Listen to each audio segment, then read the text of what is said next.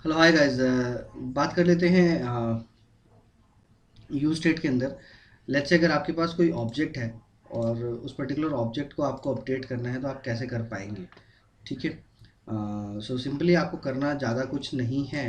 तो हम इसी काउंटर एग्जांपल में ही कुछ एडिट्स कर लेते हैं। तो आपने, क्योंकि आपको एक ऑब्जेक्ट को अपडेट करना है, तो आप हम ऑब्जेक्ट इसको बना लेंगे स्टेट को, और इसलिए लिखेंगे let's say first name colon which is blank, comma last name colon blank.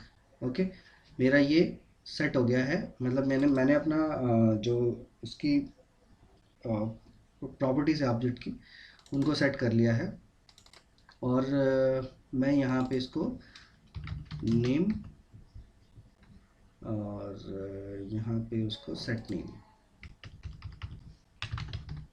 Okay, तो ये मैं ऐसे बना लूँगा इसको। मेरा स्टेट मेरी रेडी हो गई है। इसका मुझे फ़िलहाल कोई ज़रूरत नहीं, मैं कमेंट कर देता हूँ। ओके, और अब मैं इसके अंदर इसको एक फॉर्म इनपुट बनाएंगे ताकि आपको इजी रहे समझने के लिए।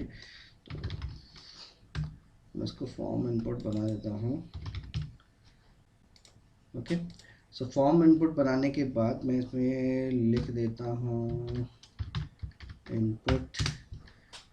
इनपुट टाइप मेरा रहेगा ये टेक्स्ट।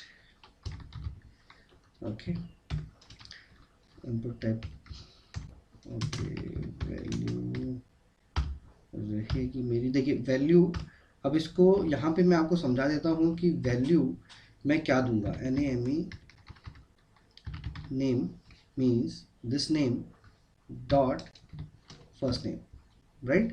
ओके, जैसे ही मैंने इसको असाइन किया तो ये एक कंट्रोल्ड कंपोनेंट बन गया। कंट्रोल कंपोनेंट मतलब इस पर्टिकुलर इनपुट, जो भी मेरा इनपुट, जो मेरा डॉम है एलिमेंट, उसकी वैल्यू को मैं शुरू से कंट्रोल कर रहा हूँ, like right from the beginning. Okay, and मैं अब इसमें ऑन चेंज मेथड लिख लेता हूँ, क्योंकि जब भी इस इनपुट के ऊपर कोई काम करे या फिर अपना लिखना स्टार्ट करे तो वो एक ऑन चेंज मेथड होता है। तो ऑन चेंज मेथड के ऊपर मैं इसको इसकी वैल्यू चेंज करना स्टार्ट कर दूंगा।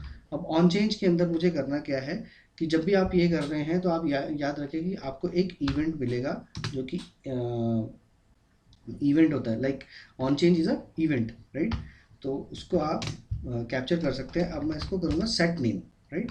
सेट नेम मैंने इसके अंदर कॉल कर लिया, और सेट नेम के अंदर मुझे करना क्या है कि मेरा जो पूरा ऑब्जेक्ट है, राइट। अब ये एक तरीके से डीस्ट्रक्चरिंग भी कर रहा हूँ मैं। तो आप ये देखिए कि सेट नेम किसको सेट करेगा, इस जो इनिशियल वैल्यू है, राइट। तो इनिशियल वैल्यू के मैं फर्स्ट नेम जो उसके अंदर है उसकी वैल्यू को ई डॉट, जो भी मेरा एक इवेंट हो रहा है उसमें जो टारगेट है, टारगेट मेरा ये इनपुट फील्ड है, टारगेट डॉट वैल्यू, राइट। क्योंकि जब मैं जैसे ही मैं इस इनपुट के अंदर लिखना स्टार्ट करूंगा तो ये उसका एक करंट टारगेट बन जाता है, ई डॉट टारगेट हो जाता है, और उसमें जो भी मैं टाइप कर रहा हूँ मैं उसी को फर्स्ट नेम के अंदर सेट कर रहा हूँ। फर्स्ट नेम, ओके, मैंने ऐसे ही लिख दिया। ओके, ठीक है। तो ये आपको समझ में आ गया ना कि यहाँ पे हम एक तरीके से इस ऑब्जेक्ट की डीस्ट्रक्चरिंग कर रहे हैं। कौन से ऑब्जेक्ट की? यूज स्टेट वाले ऑब्जेक्ट की। ओके, तो ये मेरा सेट हो गया है। अभी मैं ऐसे ही अपना एक मेरा, क्योंकि ये एक सेट हो गया है तो अब मैं इसे कॉपी पेस्ट कर पाऊंगा। कॉपी पेस्ट करके फर्स्ट नेम की जगह मैं इसको कर देता हूँ, देखिए लास्ट नेम। और जब मैं लास्ट नेम की इनपुट फील्ड को चेंज कर रहा हूँ तो मुझे यहाँ पे लास्ट नेम को एडिट करना है। ओके, तो मैंने लास्ट नेम को एडिट कर दिया यहाँ पे, और इसमें मैं क्या गड़बड़ कर रहा हूँ। ओके, मुझे इसे सेल्फ क्लोजिंग देना है। ओके, ओके, तो फॉर्म के अंदर ये मेरी वैल्यूज़ सेट मेरी हो गई हैं अच्छे से। अब लेट्स से कि मैं इसको डिस्प्ले कर लेता हूँ। ओके, H1 के अंदर माई फर्स्ट नेम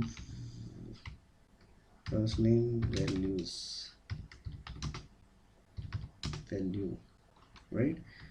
सिंस ये एक ऑब्जेक्ट है, राइट, तो अब मैं फिर से इसको यहाँ पे डी स्ट्रक्चर मीन लाइक इसको फिर से मैं यहाँ पे, ये एक JSX का पार्ट है कि मैं इसको आराम से यहाँ पे name dot first name, okay, ऐसे ही मैं इसमें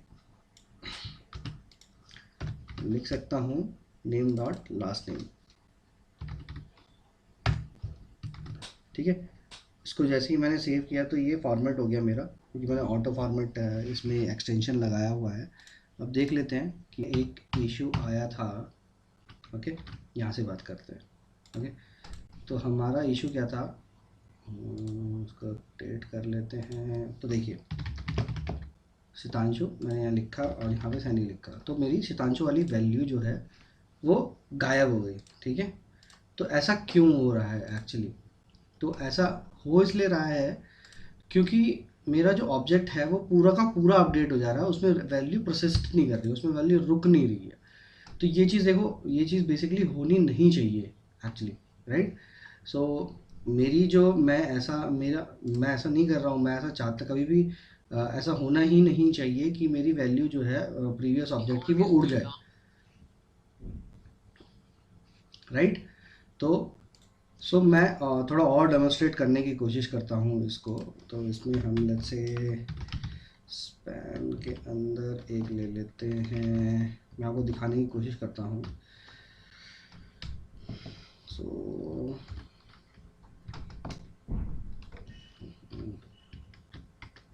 ओके, सो जेसन, अरे यार, ओके, क्या caps lock Jason dot stringify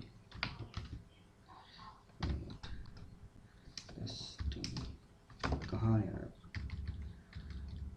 पता नहीं क्या हो रहा है, सॉरी मेरा टाइपो मिस्टेक है मेरी। Okay, Jason dot stringify. मैं भी आप ही की तरह एक नॉर्मल बंदा हूँ, कोई बहुत ज़्यादा स्पेशल चीज़ें मेरे अंदर नहीं है, बस थोड़ा समझने की कोशिश कर रहा हूँ, ओके। सो जेसन डॉट स्ट्रिंगिफाई हम कर लेंगे नेम को, ओके, यहाँ पे डाल देंगे हम नेम, ओके। सो सेव करने के बाद इसको हम देखना चाहेंगे कि अब हमारा आउटपुट कैसा आ रहा है, राइट। सो सेव नहीं किया गया मैंने, हाँ सेव नहीं किया मैंने, सेव कर लेते हैं, ओके, सेव हो जा, ओके। सो मेरा ये देखिए कंप्लीट ब्लैंक आ रहा है, ओके। सो ये गलत क्यों आ रहा है, एक मिनट देना मुझे। देयर वाज सम इशू कि किसी वजह से वो आ नहीं रहा था, बट मैंने रिफ्रेश किया तो वो आने लगा। सो मेरा पूरा जो इनिशियल वैल्यू है अब वो आ रहा है। अब आप ये देखिए, जब मैं शतांशु डाल रहा हूँ तो जब मैं सैनी डाल रहा हूँ तो शतांशु गायब हो जा रहा है, मतलब ये पूरी वैल्यू जो है ये पूरा ऑब्जेक्ट मेरा बार बार रीसेट हो रहा है फ्रॉम इनिशियल, मतलब उसमें मेरा फर्स्ट नेम पूरा उड़ ही जाता है। तो अब इसको फिक्स करने के लिए हमें क्या करना चाहिए, हमें जहाँ पे हम सेट नेम कर रहे हैं, जहाँ पे भी हम सेट नेम कर रहे हैं वहाँ पे हमको पहले पूरे ऑब्जेक्ट को स्प्रेड करना पड़ेगा। पूरे ऑब्जेक्ट को जब मैं स्प्रेड करूँगा, सॉरी नेम, ओके, पूरा ऑब्जेक्ट को स्प्रेड करके और उसमें से एक पर्टिकुलर फर्स्ट नेम की वैल्यू को चेंज करूँगा, तब देखते हैं कि इसका आउटपुट क्या आ जाता है, ओके। सो ये मेरा स्प्रेड ऑपरेटर है, यहाँ पे मैं पूरे ऑब्जेक्ट को, ठीक है, क्योंकि आप अगर देखेंगे तो ये एक ऑब्जेक्ट ही है, नेम क्या है उसके अंदर फर्स्ट नेम है और लास्ट नेम है। तो अब मैं उसे कह रहा हूँ कि पूरे ऑब्जेक्ट को स्प्रेड करने के बाद उसमें से पर्टिकुलर वैल्यू को मैं अपडेट कर रहा हूँ, ओके। सो अब मैंने सेव कर दिया, इसको सेव हो जाओ, ओके, सेव हो गया। और यहाँ पे मैं रिफ्रेश कर लेता हूँ, तो रिफ्रेश हो गया। अब अगर इसको स्टोर करेंगे शतांशु लास्ट नेम में सैनी, तो अब क्या हो रहा है कि जो मेरे ऑब्जेक्ट के अंदर पुरानी वैल्यूज़ थी वो स्टोर हो रही हैं, और जो पर्टिकुलर वैल्यू मैं उसमें अपडेट करना चाह रहा हूँ सिर्फ वही हो रही है। तो ये हमें बहुत अच्छे से समझना है, कई बार डेवलपर्स यहीं पे गलती कर जाते हैं, ओके। गलती कब करते हैं, कभी अगर आपका इंटरव्यू हो रहा है तो इंटरव्यू के टाइम पे हम थोड़ा नर्वस रहते हैं, तो हम ये मिस्टेक्स कर जाते हैं। तो जब भी आप किसी एक पर्टिकुलर तो करें बेसिकली यहाँ पे ये हो रहा है कि एक नई कॉपी बन रही है, एक प्रॉपर नई कॉपी बन रही है विद परसिस्टेड वैल्यू। तो जैसे फर्स्ट नेम चेंज कर रहा हूँ तो एक न्यू कॉपी बन रही है मेरी ऑब्जेक्ट की, जिसमें मेरा लास्ट नेम की वैल्यू परसिस्टेड है, जो पुरानी है वही है, अगर नहीं है तो ब्लैंक है, और अगर है तो है। Okay, so this is how it should work. Jason dot stringify क्या करता है कि मेरे किसी भी ऑब्जेक्ट को एक स्ट्रिंग के फॉर्म में दिखा देता है। कई बार हम इसे यूज़ करते हैं डीबग के समय पे, तो वो समझना एक बहुत ज़रूरी है। So this is whole I wanted to tell you about objects using useState. So ये आपने ऑब्जेक्ट का बताया, और मैं इसमें आपको एरेज का भी बता देता हूँ कि अगर लेट्स से कि यहाँ पे अगर कोई एरे होता, ओके ओके, सो एरे के अंदर अगर ये अगर एरे होता, एरे ऑफ ऑब्जेक्ट भी होता, तो हमेशा हमें एरे को पहले हमें स्प्रेड करना चाहिए। जैसे लेट्स से कि ये ऑब्जेक्ट था, यहाँ पे एरे होता, तो मैं यहाँ पे पहले एरे को स्प्रेड करता और उसके बाद उसकी किसी एक पर्टिकुलर वैल्यू को, या फिर उसके अंदर पूरा का पूरा ऑब्जेक्ट को पुश करता, चाहे वो नया ऑब्जेक्ट हो या पुराना ऑब्जेक्ट हो। ठीक है, तो पहले तो मैं एरे को निकालूंगा बाहर, एरे को स्प्रेड करूंगा, फिर स्प्रेड करके उसके एक पर्टिकुलर ऑब्जेक्ट को फिर मैं उसको ट्रिम कर पाऊंगा या फिर उसको अपडेट कर पाऊंगा। सो दोनों के केस पे सेम चीज़ें होती हैं। तो आपको थोड़ा केयरफुल रहना है जब आप सेट नेम को सेट नेम का यूज़ करके जो एग्जिस्टिंग ऑब्जेक्ट्स और एरे हैं उनको अपडेट कर रहे हैं। ठीक है, so this is all about use state and how it works in string, or how it works, how to create a use state. Basically now next video we will be doing it use effect, and this is going to be a very useful hook which will create a side effect to your component. Okay, so let's understand in the next video. अगली video में हम बात करते हैं इसके बारे में, use effect के बारे में।